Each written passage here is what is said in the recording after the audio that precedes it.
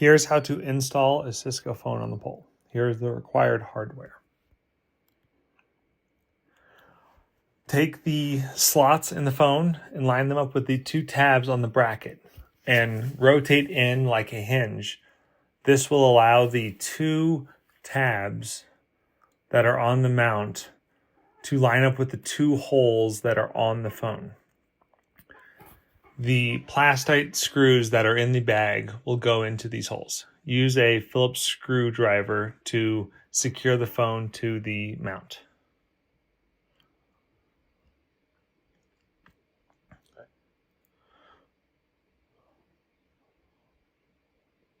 There are two install options. For the first install option, there'll be an angled bracket to install. Pull on the plunger to allow the back plate to swing out.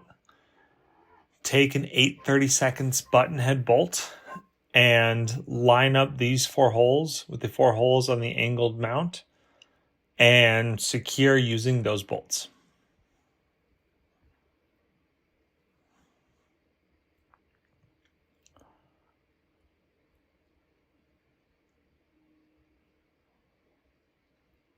Once installed, you can add the end cap, line up the circle with the inner circle, push firmly so that it is flat against the base, and align so it is flat. For option 2, this is straight on the pole. Pull the plunger to swing out, add the 8/32 bolt with a T-nut on the end. Do not fasten all the way because it will need to be slightly loose to slide down the pole.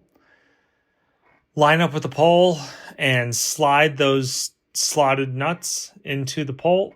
Slide down to position and tighten bolts accordingly. Be sure that the third hole is lined up with the bracket going out to the right so that you have 3 points of contact.